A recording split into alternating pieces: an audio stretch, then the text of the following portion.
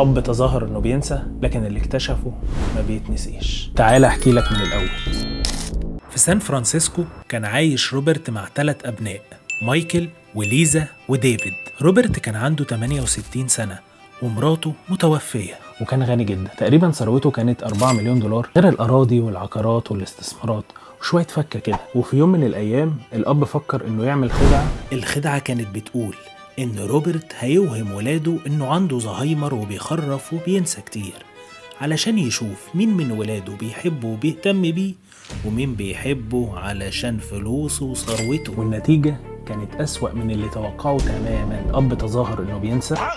ده انا سلمت على اشرف السكرتير 7 مرات وحاسس اني عايز اسلم عليه تاني. ده غير انه كان بيكرر الاسئله وكل شويه يسلم عليهم كانه لسه شايفهم اول مره. ازيك يا اشرف؟ انا كويس يا بيه. والله مش عارف ايه بقى، بقول لك ايه والنبي روحوا النهل يا اشرف. مايكل الابن الاكبر ما بقاش بيزور ابوه، وقال لاخواته خلاص بابا انتهى ومفيش فايده نيجي نبص عليه وهي حالته بتتدهور، انا هنقل كل شغلي بره البلد وهسافر. اما ليزا بنته الوسطانيه اكتر واحده الاب بيحبها فيها، بس ليزا كانت بتزوره مره واحده في الشهر وطول الوقت بتسال عن ممتلكاته وحساباته في البنوك. اما بقى ديفيد وهو اصغر ابنائه كان بيزور ابوه كل اسبوع، ياخد ابوه وينزلوا السوق يشتروا الحاجات اللي محتاجها البيت ويروح معاه ويشوفوا الافلام القديمه اللي باباه كان بيحب يتفرج عليها. مساء الخير يا وحيد يا ابني. والحقيقه ان ديفيد عمره ما سال عن اي حاجه تتعلق بثروه باباه. وبعد 3 شهور الاب روبرت قرر انه هيكشف الحقيقه وهيقول لهم عن اللي حصل. بس ليزا عملت حاجه غيرت كل حاجه روبرت كان مخطط ليها.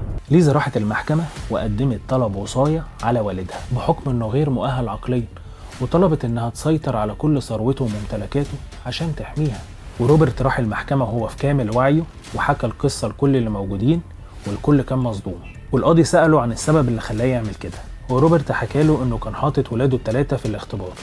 والحقيقة ان ليزا ما كانتش اكتر واحدة شريرة في القصة، لان جون المحامي بتاعها كان موجود. الوداع يا سيدي. وقال للقاضي ان اللي عمله روبرت ده اكبر دليل ان عقل روبرت مش سليم، لان مفيش اب بكامل قواه العقلية يعمل كده في ولاده، دول حتى ولاده. والمفاجأة إن المحكمة اقتنعت ووافقت على رأي جون محامي ليزا، ومنحت ليزا الوصاية الجزئية على والدها وعلى ثروته، وقالت إن الشخص اللي بيدعي الزهايمر والتخريف محتاج لإشراف مالي وتقييم نفسي. واختبار روبرت اتقلب عليه تماما، فخلى بنته عندها أسباب قانونية تسيطر عليه وعلى أملاكه. وبعد 6 شهور ليزا خدت أبوها لدار الرعاية وباعت بيته وبقت تتحكم في كل حساباته. وديفيد الابن الأصغر اللي كان بيحب باباه فعلا وبيهتم بيه ملوش أي وضع قانوني. تعالى على بختي وبختك يا أما. فأكتر لحظة بتكتشف فيها حقيقة الناس هي اللحظة اللي بيفتكروا فيها إنك مش قادر تحمي نفسك. لو عجبك الفيديو ما تنساش تعملي فولو وسبسكرايب ولايك وشير وكل الحاجات دي وتتابعني. كان معاكم سلام.